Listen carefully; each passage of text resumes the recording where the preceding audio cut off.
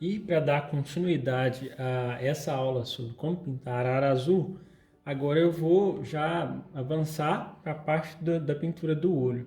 E para isso, além da foto 30 por 40 que eu tenho impressa, eu fiz uma revelação aqui fotográfica no tamanho 13 por 18, que seria o mesmo tamanho, o tamanho, né, aproximado do tamanho real na tela desse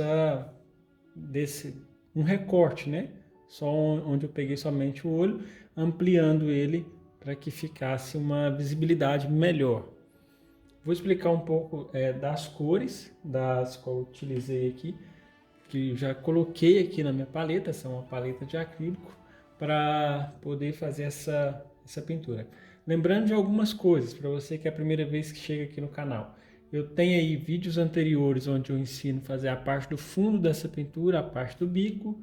Tem um vídeo aqui onde eu explico também como, né, por que eu utilizo essa paleta de acrílico, e tem um vídeo explicando como preparar a tela de cinza. Então, todos esses vídeos, todos esses links eu vou deixar na descrição do vídeo, logo aqui embaixo do vídeo. É só clicar numa setinha aí que tem onde se mostra para mostrar mais, e aí vai aparecer todas essas informações caso você precise, né, precise ter acesso a algumas dessas aulas anteriores, inclusive algumas aulas sobre teoria das cores também.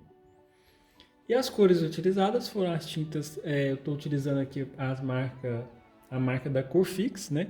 Então eu tenho aqui branco de titânio, amarelo cádmio claro, amarelo cádmio escuro, vermelho cádmio alaranjado, vermelho cádmio claro, vermelho óxido transparente, azul ultramar e por último aí eu tenho também o preto.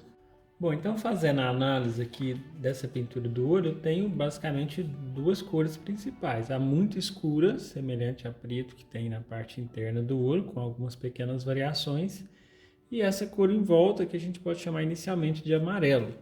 Só que se eu fizer uma análise mais detalhada, eu vou descobrir que o amarelo está mais nessa parte superior, onde eu tenho inclusive duas ondulações de cores, duas transições que fica mais branco, que seria nesse final, mais branco com amarelo, depois branco no meio, e depois volta a ficar um pouco amarelo mais escuro de novo, para fazer essa espécie de duas ondulações. À medida que eu avanço nessa parte e nessa, a cor já vai ficando de um amarelo mais alaranjado, né? Inclusive, o que eu vejo aqui nessa imagem na parte baixa também é. E isso pode gerar algum problema de ilusão de ótica devido à cor estar em volta de cores escuras, fazendo parecer com que ela seja mais clara do que realmente é. Daqui a pouco eu explico isso com um pouco mais de clareza. Os primeiros valores mais claros eu não vou precisar de misturar, eu vou usar essa cor branca, o branco, né? Na verdade o branco é considerado uma não cor, né? A junção de todas as cores, mas eu tenho que chamar algum nome, né? Fica estranho eu falar, eu vou usar essa não cor aqui. Então eu vou usar a tinta branca com amarelo claro, em seguida eu já passo para o amarelo escuro, são pigmentos de cádmio, né? Altamente concentrados. Interessante lembrar disso aí. Um dos vídeos que eu tenho também que fala sobre a característica das tintas, também vou deixar aqui na descrição, que é importante a gente estar por dentro sobre essa questão de pigmentação, luminosidade, opacidade e etc, né? Então aqui eu tenho um pouco dessa cor ligeiramente alaranjada, que ainda não é exatamente essa, mas é bem semelhante. Eu preciso deixar essa cor um pouquinho só mais escura, que vai ser a base, né? Então eu coloco o amarelo com um pouco mais de laranja. Então eu tenho que pensar qual seria a cor oposta quando o amarelo se torna um pouco mais laranjado. Então para isso eu faço uma análise do círculo cromático. Se a gente vê o círculo cromático, é uma das aulas que eu tenho aí explicando no link logo aqui abaixo. A cor laranja, a cor oposta dela, está diametralmente oposta ao azul. Então, se a gente quiser escurecer, dessaturar, dar uma queimada, não depende do tom, depende do nome, né? De região para região muda de nome. O nome mais técnico seria dessaturar o tom, ou rebaixar, né? Aqui eu estou mais rebaixando a cor, ó, que é deixar ela um pouco mais escura, né? Uma cor parecendo um amarelo mostarda, que é um amarelo bem semelhante a esse aqui, né? Mas engraçado que a gente vendo essa cor aqui, parece que ela é muito escura, né? Então, mas realmente é essa cor mesmo. Vamos fazer mais um pouco aqui, que eu vou fazer uma pequena experiência agora, para a gente entender de uma vez por todas e não ter mais dúvida e compreender na prática o que é essa questão de ilusão de ótica e o quanto ela pode influenciar a gente a errar algum trabalho. E aqui eu estou fazendo uma coisa proposital, que eu deixei um pouco mais de amarelo na mistura. Isso faz com que quando eu misture o azul, a cor fique assim, ó, verde. Assim, puxando um pouco para verde, né? E aí a pessoa fala, acho que eu não sei o que eu fiz de errado que a cor ficou verde. Provavelmente foi muito amarelo e pouco do laranja, né? Então eu aumento e aí é um pouco mais complicado eu voltar, porque aí se eu pôr mais vermelho, fica mais marrom. E aí fica assim, uma coisa constante de querer ajustar, e cada vez que for ajustar, dá mais problema ainda. Então, se isso acontecer, não tenta transformar muito aquela cor que deu errado, porque cada vez vai dando mais errado ainda. Então volta, coloca um pouco mais do laranja com o amarelo, só que deixando prevalecer, predominar um pouco mais da quantidade do laranja. Nem muito, nem pouco, né? Aí depois sim, acrescenta a quantidade de azul ou já acrescenta essa cor aqui que tinha dado errado. Que também vai dar mais ou menos o mesmo resultado. Aí um pouco mais de amarelo. Vou pôr um pouco mais aqui.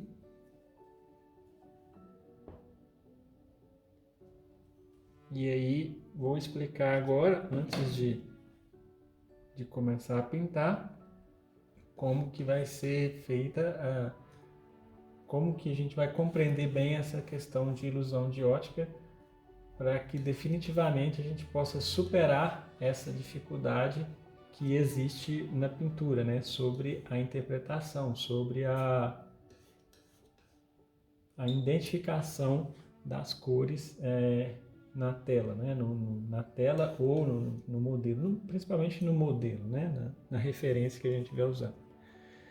Aí antes, essas cores aqui embaixo vão ser usadas mais para a parte da íris, né? Mais para a parte colorida do olho, vamos dizer assim. Então eu vou usar vermelho óxido com azul, fica uma cor semelhante à sépia. E bem próxima ao preto também, né? Mas eu não vou usar exatamente preto, e na hora que eu estiver entendendo, na hora que eu estiver demonstrando, fazendo na pintura, você que está assistindo vai perceber melhor o porquê de não se usar o preto, né, direto. E aqui o azul, alguns casos que for usar, eu vou utilizá-lo puro mesmo, ou praticamente puro. Então é uma escala bem simples. Então, antes de partir para a pintura, como prometido, eu vou explicar agora sobre ilusão de ótica. Bom, então vamos a uma experiência aqui. Eu peguei aquela cor que eu produzi lá, que é vou chamar ele de mostarda, que lembra um pouco a cor de mostarda, né? Um amarelo um pouco escuro, meio uma cor fora do... Não existe uma cor próxima a essa, né? Existe o amarelo indiano, que é semelhante a esse, mas o amarelo indiano ele não tem um poder de cobertura legal, né? Quando a gente preenche com ele, ele fica muito transparente. Vou fazer o seguinte teste, eu vou colocar essa cor aqui com a ajuda de uma espátula na tela. E vou repetir isso em mais 2 casos. Aí eu estou, inclusive, fazendo sem nenhum corte, sem nenhuma edição, justamente para a gente perceber que é a mesma cor, né? E aí a gente vai ver uma mágica acontecendo, né? Isso é o que geralmente dá maior problema, né? Além do desenho e aliada a uma dificuldade de execução de mistura de cores, essa é um dos grandes fatores que causam bastante erros, né, no ateliê, em aulas presenciais que eu percebo, né? Depois você deixa nos comentários se isso acontece, eu vou explicar. Eu tenho o mesmo valor e esse valor, se eu disser para você que ele pode mudar, você pode acreditar, será que você acredita sem encostar no valor? Agora eu vou fazer o seguinte, eu vou colocar do lado desse segundo, do meio, um pouco de azul puro. E aí a gente vai perceber algumas coisas que vão acontecer, né? Ó, vem pondo a cor pura em volta dessa cor. Quem conhecia muito sobre essa característica, né, de contraste simultâneo das cores, eram os impressionistas, que eles criavam efeitos ópticos na pintura propositalmente, né? Então a gente tem que conhecer primeiramente esse acontecimento, esse efeito, vamos dizer assim, né, da cor, e depois de conhecer para a gente decidir, né, primeiramente não cair nessas ilusões que acontecem, e segundo, se quiser optar por criar algumas características, criar alguns efeitos de cores, conhecendo isso, a gente já é mais útil para a gente, né, saber sobre essa técnica, saber sobre esse conhecimento para que a gente não caia nas ilusões de ótica e para que a gente desenvolva uma percepção boa e possa utilizar isso a nosso favor também. O que aconteceu agora já parece que essa cor, em relação à anterior, mudou um pouco, né? Ela já tem a impressão de ser um pouco mais clara a cor interna. E embaixo dessa segunda aqui, dessa terceira, né? Quer dizer, eu vou passar o branco. Então, com isso, a gente percebe uma coisa. A cor, ela pode ser modificada, o seu valor, de acordo com a cor que a envolve. E, geralmente, a maior mudança que existe nesse sentido são dos valores médios.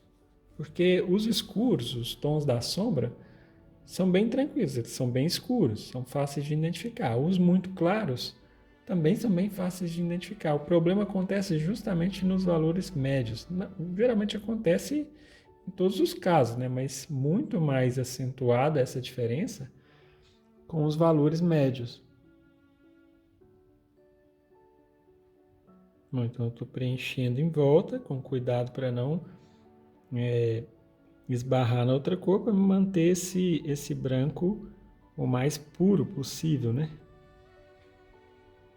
Mas não tem problema se manchar um pouco, porque o intuito do exercício aqui não é fazer um preenchimento perfeito de que não encoste uma cor na outra, mas é mais de mostrar a influência de uma cor na outra, né? A influência do que está em volta, é chamado de área de campo, né? Sempre o campo vai influenciar muito na cor que nós vemos.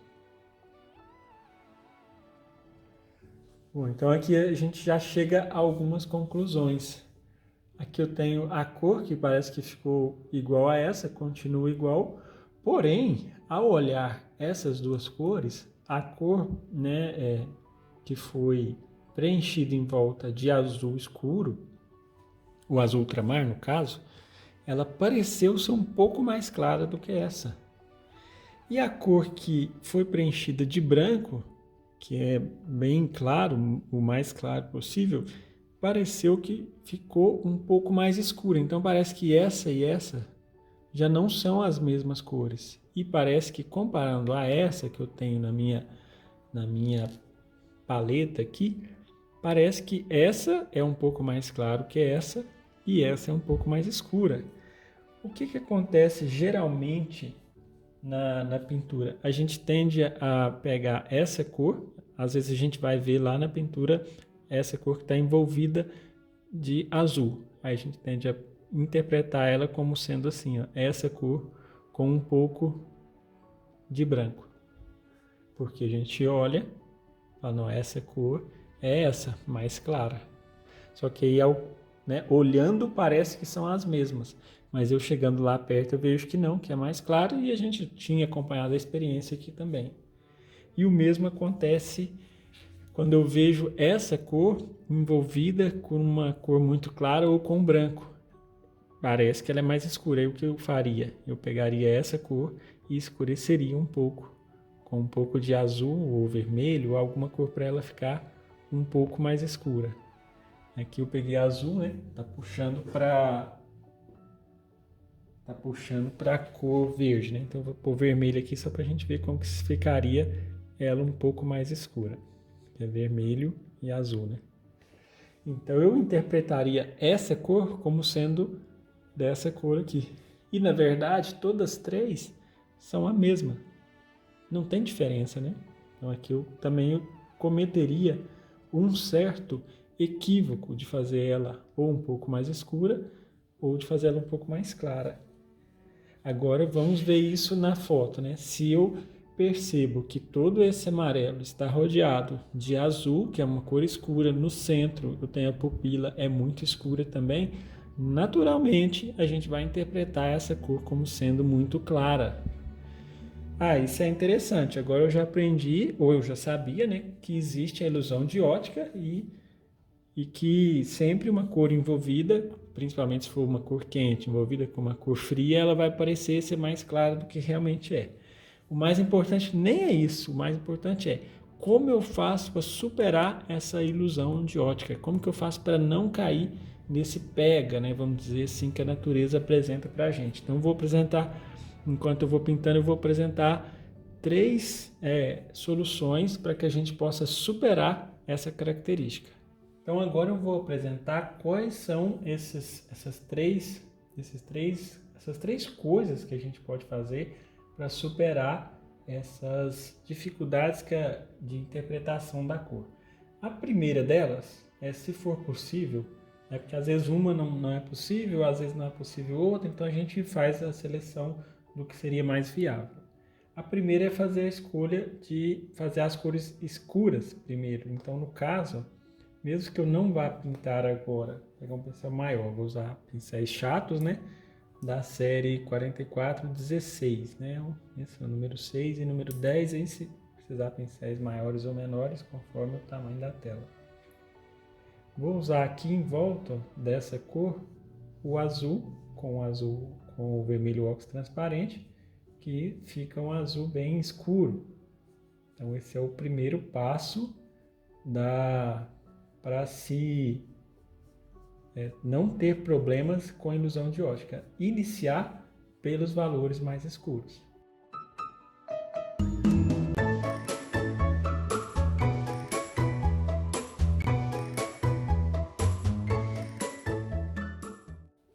Dei uma pausa aqui para continuar o vídeo em tempo real, porque eu preciso alertar para uma coisa, que a parte interior da íris eu vou preencher de vermelho óxido com azul, porque não é tudo escuro, né?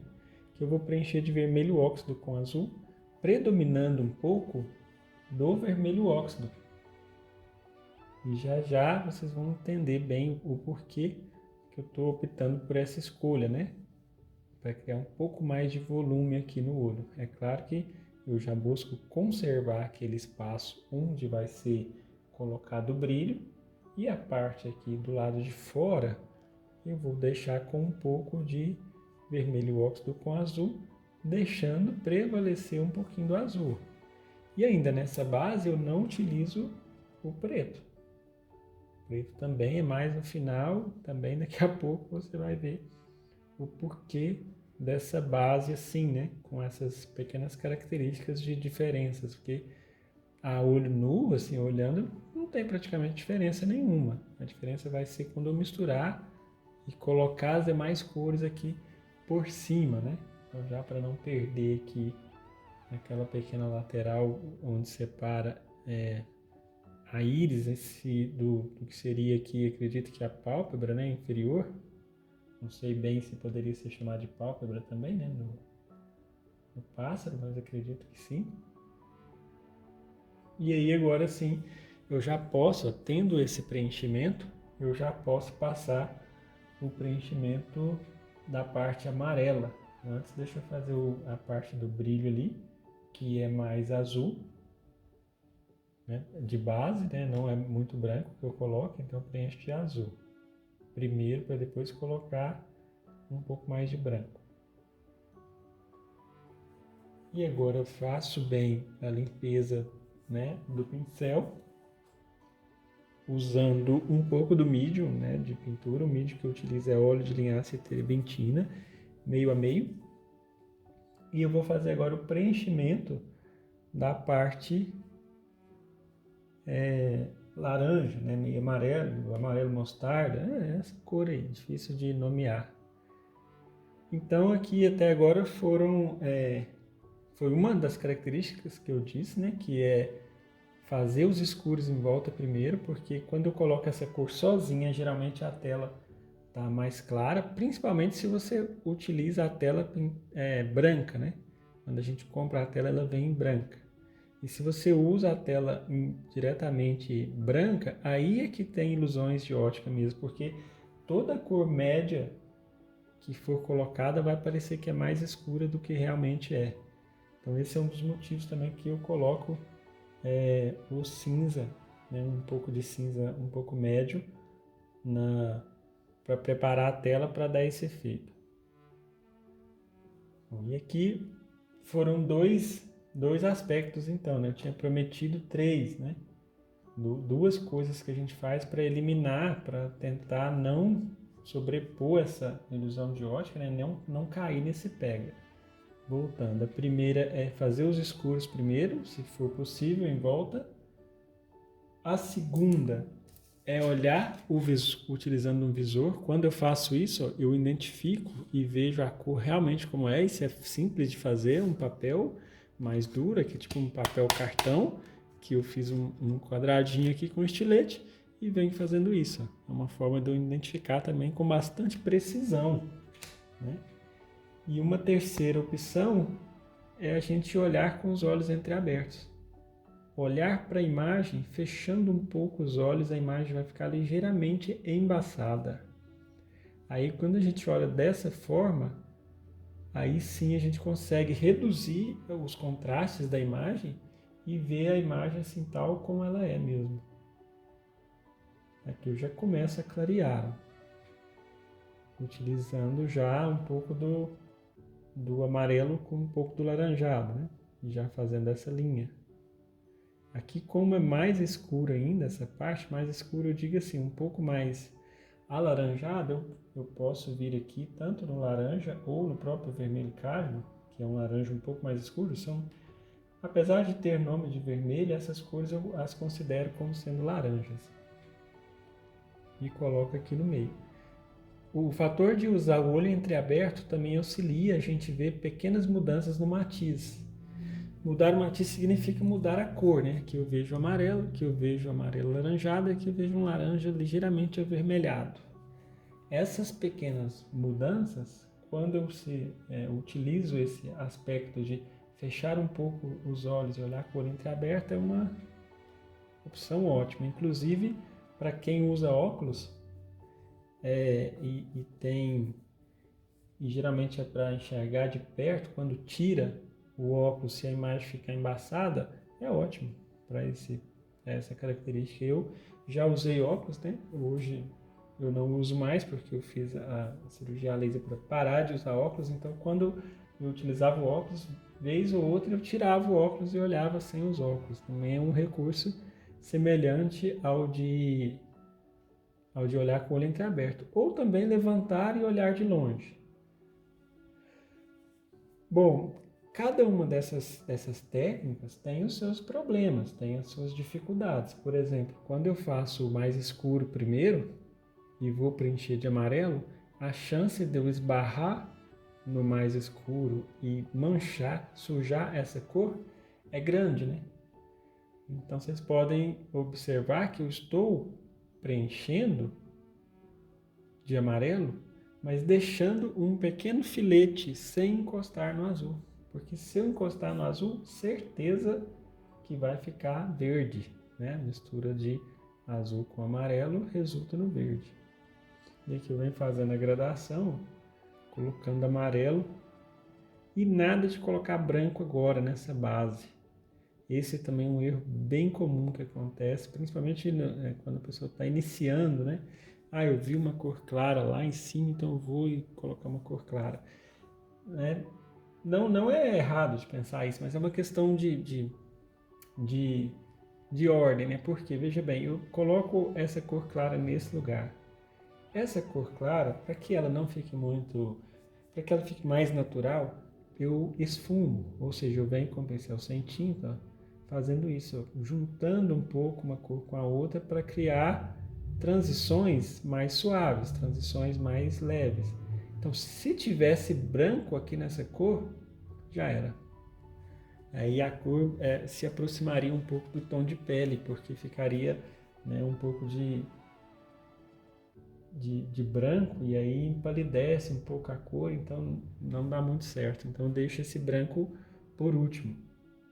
Aqui eu aumentei mais o vermelho cadmio, vou aumentar uma pitadinha de azul para a cor ficar um pouco mais escura, para passar nessa parte inferior aqui, ó. Porque é mais escuro ainda porque dá aquela profundidade, um pouco de sombra, mostrando que essa parte do olho é um pouco saliente, ela sobressai, né, da parte do amarelo. Não está no mesmo alinhamento, né? Não é plana. Então esse escuro faz com que crie essa saliência aqui, né? É interessante identificar nos pontos que tem esse pouco de escuro, né? Que tem na lateral aqui já não tem muito, porque, né, isso tudo depende da posição da luz, da posição do próprio olho, uma série de questões. Agora, como eu deixei esse espaço aqui para preencher, agora eu tomo bastante cuidado para não esbarrar muito, mas mesmo assim acontece de misturar, de eu encostar essa cor na cor do olho. De certa forma, na cor da íris, né? De certa forma isso é até bom, porque cria uma coisa mais natural, né? Não fica aquele olho que parece que recortou e pregou, né? Então até fica mesmo ligeiramente esverdeada, alguma coisa assim. Se ficar muito, eu volto e ajusto, né? Volto com aquela cor quase que meio amarronzada, né? Que é a mistura aqui do vermelho cádio com um pouco de azul, com um pouco de óxido. Lembrando de quando a tinta está molhada, quando você põe outra tinta por cima, a força tem que ser zero. Eu costumo, porque é difícil falar sobre força, que força que você coloca, né? Às vezes a gente até brinca aqui no trial, vou aplicar, né? Não sei quais seriam os termos de força, né? Vou aplicar 10 vezes um empuxo de... Então não existe isso. Não tem como você explicar assim, fisicamente, do ponto de vista da física, né? Matematicamente, a força que se coloca. Mas eu faço uma comparação para que a gente entenda isso. Imagine que você tenha à sua frente um bebê recém-nascido aí de 5 ou 7 dias e caiu um pequeno pluma ou caiu alguma coisa leve na bochecha desse bebê que está dormindo e você tem que tirar essa coisa que está na bochecha dele com um pincel. Então essa é a força, entende? Acho que quando a gente conta uma história assim, dá para a pessoa meio que se imaginar nessa cena, né? Como que seria aí a força que se aplicaria para tirar essa pena do rosto dessa criança, né? Então seria algo semelhante a isso. Agora vocês podem observar que à medida que eu vou pintando, eu vou encostando no azul. Em alguns lugares a cor vai ficando um pouco verde. Mas agora já não tem mais problema, porque o verde está ficando um espaço muito pequeno. Então eu misturo as cores, elas dá essa terceira cor, que é o verde, aí eu volto novamente, ó, colocando o amarelo de novo. Só que agora com mais leveza ainda. Lembra da história lá do recém-nascido, da bochecha, né? Tirar o cisco. Com extrema, né, cautela para não esfregar muito a outra cor, né? Então aqui eu não, apesar de eu já estar preocupado de todos os detalhes, assim, em termos de mais escuro, médio e claro, eu ainda não estou pintando definitivamente. Esse aqui serve como uma base onde eu vou ajustar o acabamento agora. Antes de fazer o acabamento, eu vou preencher essa parte inferior, próxima ao bico, que segue o mesmo princípio. Ela vai ser bem escura nas bordas, um pouco mais laranjada, bem escura aqui também. No meio vai ficando um pouco mais clara.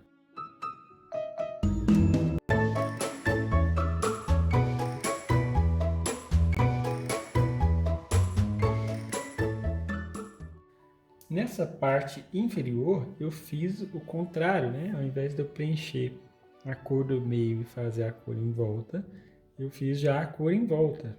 Mas por quê, né? Por que fez essa diferença? É porque aqui as bordas são muito escuras, diferente daqui que as bordas são claras. Então, eu tenho o escuro do lado direito, tenho o escuro do lado esquerdo, embora o lado esquerdo já esteja até seco, mas eu até posso encostar essa parte com o azul. Por quê? Porque essa parte aqui ó, já é uma parte mais escura, já não é mais o amarelo. Então é até bom que essa parte se encoste no escuro. Por que eu digo isso? Que é interessante lembrar disso, porque isso é um aspecto sobre a técnica que é maleável, ou seja, não se aplica sempre a todos os casos. Porque senão acontece assim do aluno virar para mim, e falar, mas você falou que tinha que começar pelo mais, deixar aquela borda, aquele pequeno espaço sem encostar as cores, e agora você encostou, então, que é isso? Você está com transtorno bipolar? Não, a gente sempre tem que ficar atento a quando, né, fazer o ajuste, quando fazer a troca, né? Bom, antes de passar para a parte superior, estou fazendo aqui já alguns acabamentos na parte inferior, né? Antes de partir para o acabamento do olho, que é definir um pouco, definir não, deixar um pouco mais escuro essa borda aí embaixo, com um pouco mais de esfumado entre essa parte e um pouco da parte azulada. Ou seja, eu não vou ver uma nitidez muito acentuada aqui. E é importante ao fazer uma pintura olhar aquela faixa de cor, a extensão da faixa ao longo, né, da extensão da faixa de cor, nem sempre vai ser a mesma relação de contraste de uma parte para outra.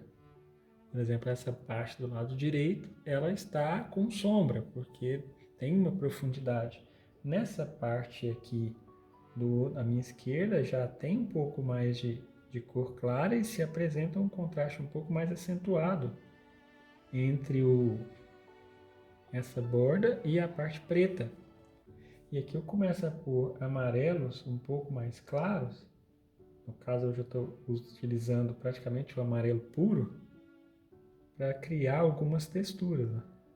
Aí, novamente, com aquela força, né? Pouquíssima força, e para criar já um pouco dessa textura que se apresenta aqui nessa parte, eu já busco trabalhar com a tinta com um pouco mais de quantidade. Aqui também tem a ilusão de ótica, às vezes a gente interpreta esses amarelos como sendo amarelo com branco, né? Então se eu colocasse branco, talvez ia passar no claro, ia ficar muito claro. Então só o amarelo já é suficiente, considerando que a base está uma base um pouco mais escura. Passando, se ficar demais, vem tirando. Agora, essa questão de se superar essa ilusão de ótica, além dessas três características, que é começar pelos mais escuros, usar um visor de comparação e sempre olhar com o olho entreaberto ou afastar e olhar de longe, é o tempo, a prática, porque com o tempo a gente vai percebendo que isso é uma coisa recorrente na pintura. Sempre vai ter alguns casos que isso vai acontecer. E a gente passa a identificar os casos em que isso acontece. Passa a saber, né, até esperar, né, se uma base é de determinada cor, provavelmente vai ter ilusões de óticas que tendem a enganar a gente. Principalmente se forem cores claras, né, ou cores médias, aí, se essas cores estiverem envolvidas, rodeadas por cores mais escuras. Então sempre vão parecer que são mais claras do que realmente são. Que é interessante, mesmo sendo detalhes pequenos, mas eu tenho que manter a cautela, porque eu tenho que fazer com que esses escuros que estejam, então estou usando o óxido com azul, esses escuros que estão em volta desses amarelos, ó, que nem são amarelos, porque nessa parte que é mais laranja, ficam bem nas bordas. Ó. Na parte do centro, não. Inclusive no centro eu vou até clarear um pouco mais. Ó. Só um pingo mesmo, né? Não coloco a cor e dou uma pequena esfumada. E algumas partes que forem ainda mais escuras, posso usar o azul com óxido, com o vermelho óxido transparente, para fazer um pouco dessa mistura mesmo de uma cor com a outra, para não ver uma separação muito nítida e nem muito acentuada, né? Agora eu estou limpando bem o pincel para utilizar junto ao amarelo mais escuro, o cádmio escuro, um pouco do cádmio claro, para pôr alguns pontos que na pintura a gente chama de luz alta, né? Que a gente vê muito em cursos de desenho e principalmente quando a gente vai fazer aquela esfera desenhada com o nome de highlight. Tem alguns pintores também que usam muito esse termo assim, highlight, para falar desses tons mais claros. São aquelas cores ou valores de uma determinada cor muito mais clara. Agora, antes de passar para a parte superior aqui dos olhos, mais um pequeno macete. Vou pegar um pincel zero, um pincel pequeno. Vou sujar aqui com o óxido azul, que é uma cor semelhante ao preto. Diluir um pouquinho, põe a pontinha do pincel no meio.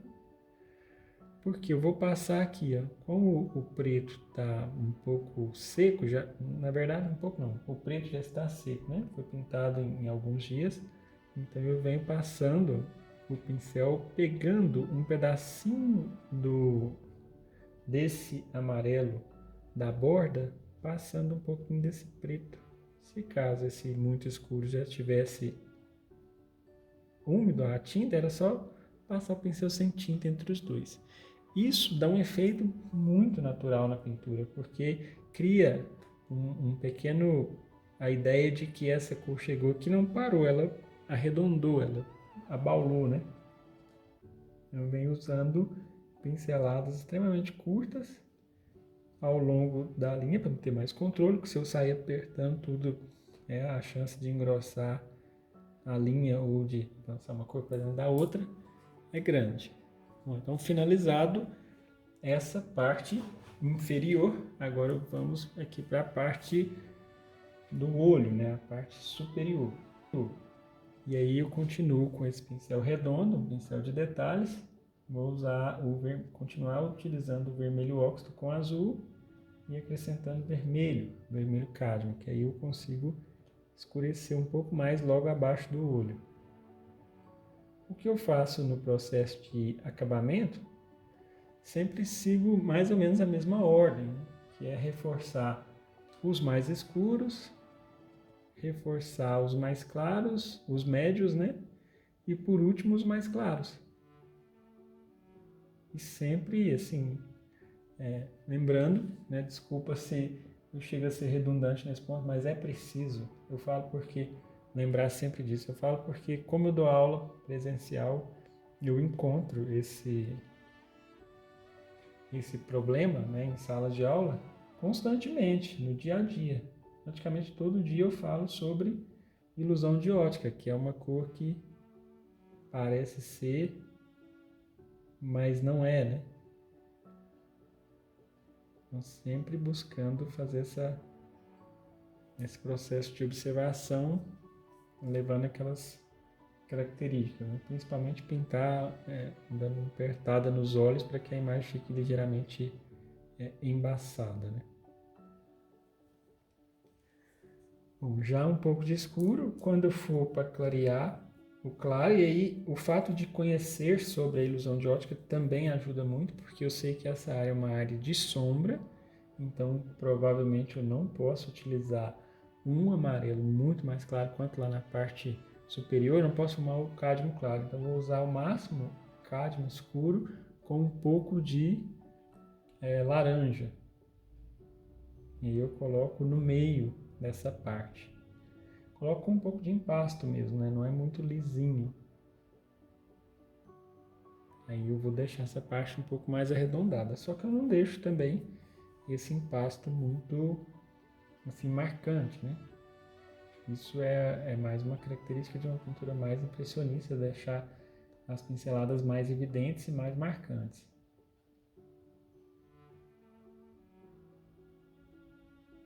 E aí também com pincel sem tinta, pinceladas curtas. Se achar necessidade de trocar de pincel, pode trocar também. Que eu vou usar o amarelo cádmio escuro primeiro.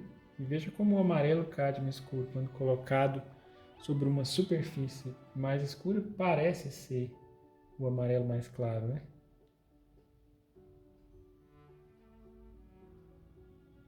Agora uma coisa é primordial, né? Tudo isso eu estou falando sobre essas questões, eu tendo essas observações, porque eu tenho uma imagem em altíssima qualidade. Se é uma imagem que não me permite ver bem todos esses detalhes, aí é difícil de se criar isso. Simplesmente a gente não se cria uma pintura no sentido de mais realista, com tanta riqueza de detalhe, do nada, né? Tem que ter algum modelo e para isso esse modelo com uma alta resolução. Bom, nessas bordas, essa parte do olho, ela não está assim lateral às penas, a parte azul, ela está inserida na parte azul. Então, para me dar essa ideia de inserida, eu tenho que escurecer um pouquinho essa lateral. Então, também utilizando o pincel bem menor, escurecer um pouco, agora eu vou escurecer mais ainda, mais no canto, mais encostando na parte azul. Aí aos poucos, aquela diferença que estava um pouco mais acentuada, deixa de ficar tão acentuada assim, né?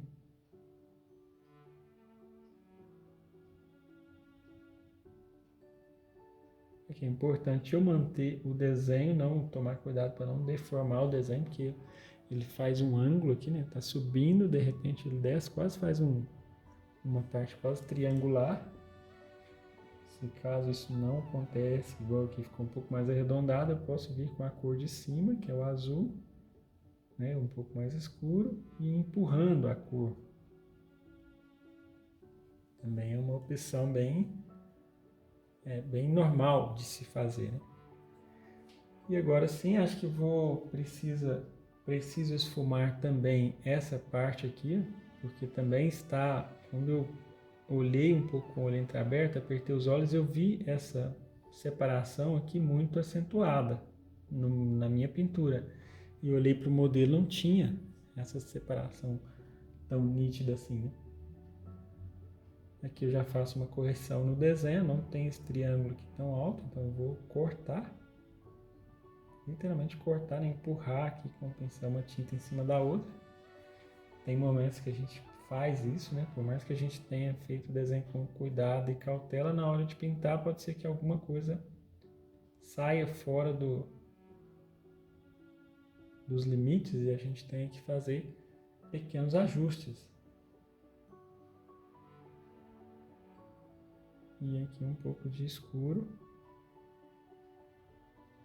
na lateral. Depois, se precisar, nossa, tem alguns pontos de azul que são mais claros, né? Não vou entrar muito no azul agora, depois de pronto a pintura, a hora que for a pintura do olho e a hora que for fazer as penas, aí sim volta ajustando aqui um pouco mais, né? De repente clareando ou escurecendo algumas partes do azul.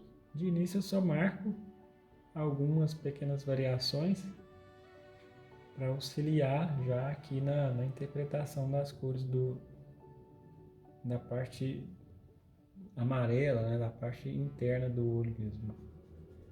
E evito uma linha, evito deixar uma linha demarcada, né, pois eu não sei se eu continuarei quando essa tinta estiver úmida ou quando ela estiver seca, no caso, né. Se tem a oportunidade de continuar logo em seguida, não tem problema nenhum, mas se você vai demorar a continuar a pintura, é interessante você fazer um pequeno esfumado para depois não correr o risco de ficar uma pequena faixa separando uma cor da outra, né? Eu digo isso porque já aconteceu, né? Foram poucas vezes que aconteceu já com alguns alunos, mas já aconteceu. Então é interessante a gente ficar alerta nesse sentido. Agora vamos para o olho. Eu vou continuar aqui usando o azul ultramar. Eu vou pôr mais um pouco. Peguei aqui o azul ultramar que eu tinha colocado para fazer o teste de cor lá, né? No começo do vídeo.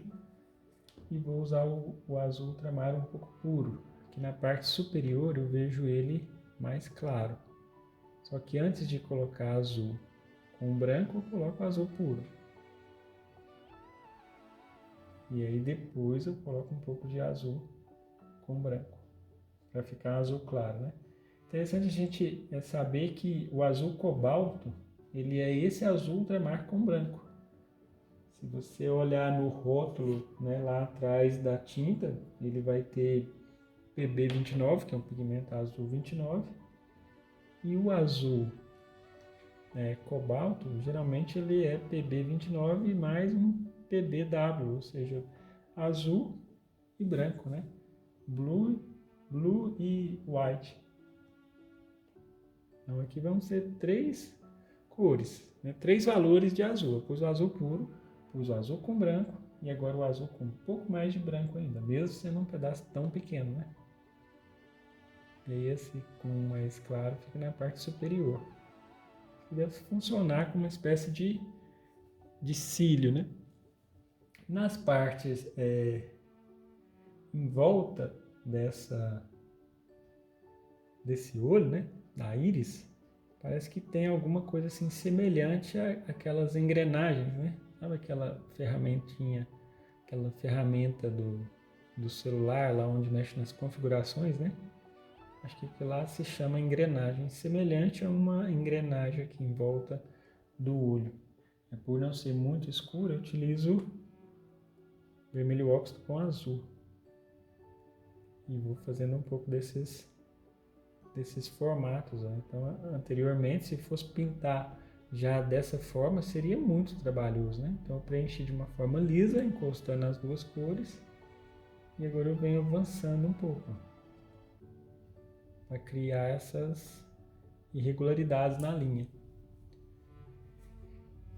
E agora vai ser a primeira vez que eu vou entrar com o preto, né?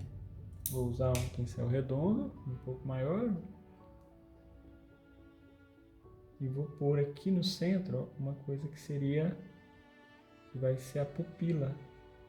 Porque mesmo sendo completamente preto, esse já é uma característica que eu coloco assim, pessoalmente. É porque eu fui pesquisar e olhar alguns olhos para ver como que é a cor do olho, né? E de fato não é completamente preto. Aqui ficou completamente escuro na foto por causa da iluminação e tudo mais. Mas eu vou dar esse toque meio que por conta própria. Vai ser como se fosse um toque artístico, vamos dizer assim, mais uma interpretação baseada em alguns olhos que eu fui observar em outras posições de outras araras que eu observei que demonstra, né? Precisa ser mais iluminado para demonstrar a pupila. E aí, como está na sombra, eu vou fazer essa pupila um pouco dilatada, ou seja, um pouco maior, por estar do lado da sombra, para se abre um pouco mais para entrar mais luz. Esse é o motivo, agora você entende o porquê de eu não ter preenchido de preto logo de cara, logo no início. Porque agora eu consigo diferenciar o preto do quase preto, né? Que é a mistura do vermelho óxido com azul. E aqui na parte inferior, ó, observando a linha do brilho, eu ainda coloco um pouco de marrom, vermelho óxido, né? Chamo esse vermelho óxido de marrom, e um pouco de essa cor um pouquinho mais clara, bem pouco, né? E põe só uma pontinha. Bem pouco, né? Quando a gente vê o quadro pessoalmente, que a gente percebe. Vê a pintura pessoalmente, a gente percebe melhor essas pequenas variações de cores. Isso aqui também é característico no olho do tucano, né? Que é de ter essa saliência, né? essa coisa arredondada para fora, né? E aí um pouco de azul com preto para acentuar aqui essa parte. Com cuidado para não emendar com o preto, né, da borda do olho aqui. É só para criar alguns pontos de mais escuro.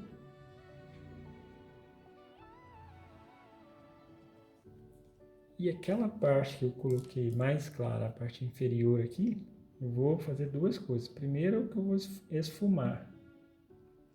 Vou colocar um pingo de vermelho para esfumar, porque ela tem uma característica ligeiramente roxa, né? Ligeiramente mesmo, na verdade não é nem roxa, é só para ficar um pouco mais quente. Vou usar aqui esse é o vermelho carne claro, né?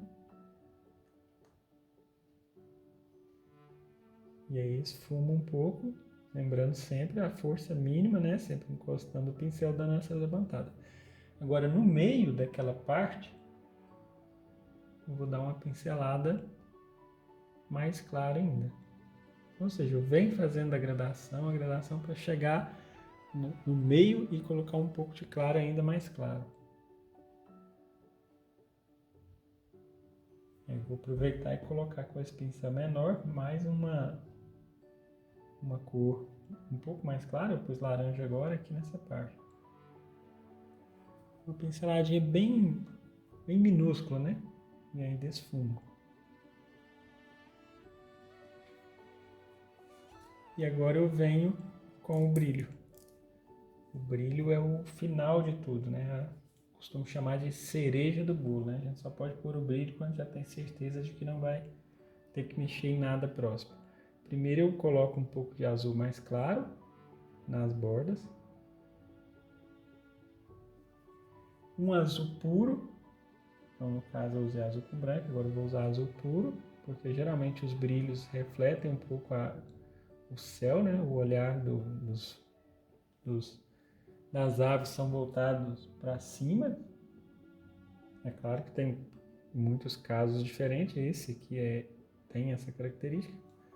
Preparei com um pouco de branco, um pouco de azul, e agora sim eu vou num branco. E ainda assim esse branco não chega a ser puro, né? Eu vou pôr um pouco de azul, um pouco de laranja. Vai ficar uma cor ligeiramente cinza, né? Ligeiramente pálida, só para não ficar o branco puro. Uma pincelada assim bem minúscula para dar aquele efeito de brilho. Então destaca bastante mesmo, né? E o mesmo branco que eu utilizei aqui, eu utilizo também nos brilhos do olho, né? Na parte amarela, né? O brilho do olho na parte amarela em volta. Então aqui eu utilizando amarelo e branco. E aí tem uma preparação. Também eu não faço logo o branco de cara. Eu ponho amarelo com branco primeiro, já clareio um pouco, limpo o excesso da tinta, esfumo um pouco as bordas. É bom limpar o pincel mesmo, né? Se o pincel sujar demais é sinal que não limpou. Eu posso fazer esse esfumado quando estiver sujando. Eu sujo o pincel de amarelo e esfumo com a cor amarela, que desse jeito não tem o perigo de manchar essa cor, né? Aí sim, depois que eu termino, no meio do meio, né, o highlight, mais uma vez eu coloco esse branco. E a gente percebe que essa luz, ela não é em qualquer lugar, ela é bem coerente, porque está nessa direção, na direção do brilho do olho, esse brilho que eu coloquei aqui, e nesse de baixo também. Tudo segue essa mesma linha na diagonal, né, de brilho. Eu ponho essa luz com o branco. Um conjunto de vários macetes, né, que vem passando. E agora um último macete para essa aula de hoje, que é o branco frio. O que é o branco frio? Eu vou fazer com a espátula aqui. Ó. É branco, onde eu coloco um pouco de azul, só que tem que ser a cor bem pura. Não pode ter nenhuma sujeira de nenhuma outra cor. Com isso eu tenho esse branco que fica frio. Quando eu coloco um pouco de amarelo no azul, então eu tenho um branco quente.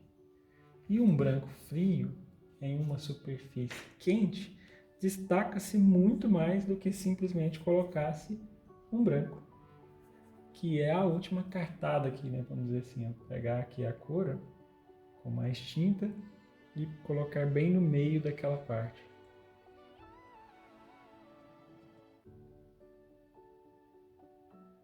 E aí não esfumo muito, né? Esse brilho eu deixo ele um pouco marcado mesmo. A não ser que eu veja a necessidade assim, né? Isso aqui é um transtorno bipolar, né? A pessoa acaba de falar que não esfuma, depois não aguenta, vai lá com o pincel zero, esse aqui é o pincel zero, e esfuma as bordinhas, porque fica incomodado com aquela marca muito acentuada, né? Só que tem que tomar cuidado para esfumar de fato só as bordas da cor, porque se eu ficar pegando e arrastando, eu vou criar problemas aqui, né? Eu vou tirar aquela coloração que foi colocada. E assim, alguns ajustes, né? Constantemente a gente vai arrumando para mais ou para menos, né? Tem aqui essa parte amarela, essa parte escura aqui da linha, que acabou ficando mais larga um pouquinho. Eu vou pegar o amarelo aqui e empurrar para que ela fique um pouco mais estreita. Com pinceladas bem cautelosas, né? E eu vou fazer uma marcação com uma incisão um pouco mais fina, né? Vamos dizer assim, de uma cor um pouquinho mais escura em volta dessa linha, para criar aquela espécie de gomos, né? Que tem aqui dessa transição. E aí um pouco de amarelo mais escuro, uma pincelada bem deixada, né? Bem superficial, sem apertar demais, até porque senão arrasta com a cor do fundo, né? E um pouco de amarelo mais claro. Lembrando que assim, isso eu me esforço para fazer o máximo possível em uma demão só, mas depois de seco, com certeza a gente pode voltar e pode ajustar algumas coisas que não saíram bem, né, na primeira etapa. Que eu vou tirar esse aspecto muito contornado em volta do olho, tentar criar essas irregularidades aqui. E entrando um pouquinho, avançando com o pincel. Algumas partes que eu percebi que às vezes precisa esfumar um pouco mais, eu posso voltar com um pouquinho um tom ligeiramente avermelhado e buscar misturar com azul. Outras partes que não tanto assim esfumado, eu venho com a parte mais clara ou o próprio amarelo e dou umas pinceladas de amarelo puro. Aquela parte da pupila, se quiser esfumar, então esse processo é assim, constante, né? O que eu vou vendo, às vezes eu vou ajustando para ir aproximando o máximo possível. Uma manchinha de claro por aqui, vou dar uma esfumada. E vou esfumar, que é uma área muito pequena, com o pincel número 0. Aquele brilho aqui, para não ficar muito, para ficar mesclado com esse branco, né? Não ficar nítido. Bom, é isso. Vamos tirar aqui toda essa bagunça para ver como que tá ficando, né? Dar uma limpada na cena aqui. Bom, vou ficando por aqui, né? Esse é o resultado aí da aula de hoje. Te agradeço por ter acompanhado e peço aquela ajuda aí para você. Gostou do vídeo? Deixa seu like aqui, isso é muito importante para o crescimento do canal, né? E para que o conteúdo chegue aí para muitas outras pessoas também. Não deixe de deixar seu comentário aí. Se inscreva, né, no nosso canal aqui, ative o sininho, porque aí sempre que chegar novos vídeos aqui, tem vídeo toda semana, e você automaticamente será avisado pelo YouTube. Então, essa questão de ativar as notificações aí com o sininho é interessante você pensar em fazer para não perder nada aqui que vai surgindo no canal, né? Um grande abraço aí mais uma vez e muito obrigado por participar até no final de mais uma aula. e a gente se vê na próxima, onde eu vou explicar como vai ser pintada as penas.